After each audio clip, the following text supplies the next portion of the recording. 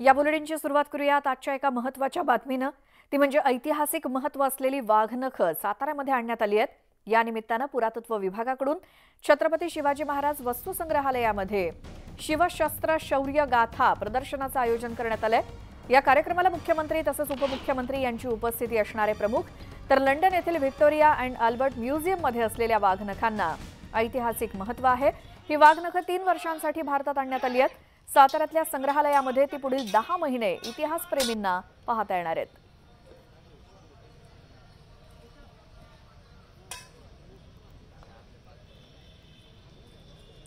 अधिक माहितीसाठी जाऊयात। आमचे प्रतिनिधी तुषार उपणवार आपल्या सोबत साताऱ्यातनं जोडले गेलेत। तुषार, साधारण किती वाजता या कार्यक्रमाला सुरुवात होईल? कोण कोण उपस्थित असणार आहे? कसा असेल कार्यक्रम? श्वेता, शेवटचे काही मिनिट्स शिल्लक राहिलेले आहेत। आता खऱ्या अर्थाने म्हटलं तर काउंटडाऊन देखील सुरू झालेला आहे। थोड्याच वेळामध्ये मुख्यमंत्री आणि दोन्ही उपमुख्यमंत्री आपल्याला विमानाने सुरुवातीला पुण्याला दाखल होताना पाहायला मिळतील। पुण्यानंतर आपल्याला ते रस्ते मार्गे आपल्याला साताऱ्यामध्ये दाखल होतील। साधारणतः सातारामध्ये 12 वाजताच्या दरम्यान ते सर्किट हाऊसला पोहोचतील। सर्किट हाऊस ते पवई नाका या परिसरामध्ये आपल्याला जंगी रॅलीचं या ठिकाणी आयोजन करण्यात आलेलं आहे।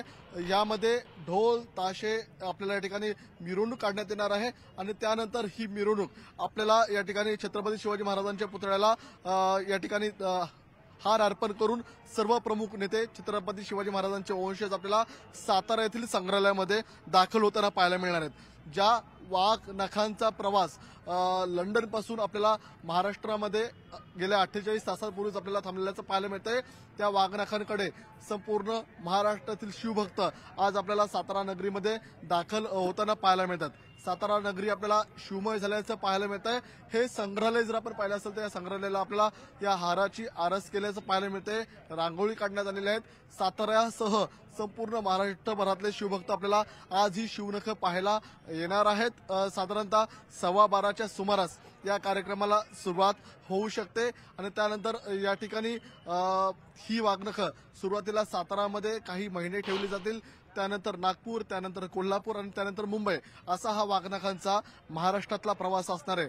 साधारणतः ही वाघनखं 3 वर्षाच्या कालावधीसाठी आपल्याला महाराष्ट्रासह दिल्लीमध्ये ठेवण्यात येतील। ज्या वाघनखांना प्रेरित होऊन शिवभक्त आपल्याला पुस्तकांमध्ये इतिहासातून वाचताना पाहायला मिळत होती, ती वाघनखं याची देही याची डोळा आपल्याला संपूर्णतः आपल्याला आता उपलब्ध संपूर्ण महाराष्ट्रात होताना पाहायला मिळणार आहेत। महाराष्ट्राच्या विविध विभागांमध्ये आपल्याला ही वाघनखं ठेवून शिवप्रेमी जाऊन स्वतः ते पाहू शकतात। मात्र आता ती वाघनखं 12:15 वाजता संपूर्ण सातारकरांसाठी, संपूर्ण महाराष्ट्रातल्या शिवभक्तांसाठी जेव्हा याचा लोकार्पण सोहळा होईल, हा लोकार्पण सोहळा हा पाहण्यासारखा असणार आहे। कारण की ही वाघनखांचा लोकार्पण सोहळा होत असताना छत्रपती शिवाजी महाराजांच्या घराण्यातील काही वंशज असतील, स्वतः मुख्यमंत्री, दोन्ही उपमुख्यमंत्री असतील, त्यांची जंगी मिरवणूक काढली जाणार आहे आणि त्यानंतर ही वाघनखं सर्वसामान्य नागरिकांसाठी खुली केली जाणार आहेत। हा क्षण प्रत्येक सुरू होईल त्यावेळेला पुन्हा तुमच्याकडे येऊच। आपण साताऱ्यातली ही सगळी दृश्य पाहण्यासाठी, हा कार्यक्रम थेट पाहण्यासाठी तुर्तास धन्यवाद। तर या संदर्भातल्या काही प्रतिक्रिया आपण पाहूयात। ज्या छत्रपती शिवाजी महाराजांनी अफजल खानाचा कोथळा बाहेर काढला, ती वाघनखं लंडनहून महाराष्ट्रापर्यंत त्याचा प्रवास संपलेला आहे। थोड्याच वेळामध्ये मुख्यमंत्री आणि दोनही उपमुख्यमंत्र्यांच्या उपस्थितीमध्ये हा लोकार्पण सोहळा पार पडणार आहे। मात्र आज सातारा नगरी आपल्याला शिवमय झाल्याचं पाहायला मिळतात। संपूर्ण महाराष्ट्रभरातून आपल्याला शिवभक्त आज साताऱ्यात दाखल होतात, कारण की साताऱ्यामध्ये ही वाघनखं पुढील काही दिवस आपल्याला लोकांसाठी ठेवण्यात येणार आहेत। आपल्यासोबत बोलण्यासाठी काही शिवभक्त देखील आहेत, आपण त्यांच्याशी संवाद साधणार आहोत। काय सांगाल तुम्ही, आज ही वाघनखं संपूर्ण सातारकरांना पाहायला मिळणार आहेत, काय भावना आहे? खरं तर अशी वाघनखं की जी छत्रपती शिवरायांच्या पराक्रमाचं प्रतीक आहे, अशी वाघनखं थेट लंडनहून आज भारतामध्ये आमच्या मराठ्यांच्या राजधानी साताऱ्यामध्ये येत आहेत।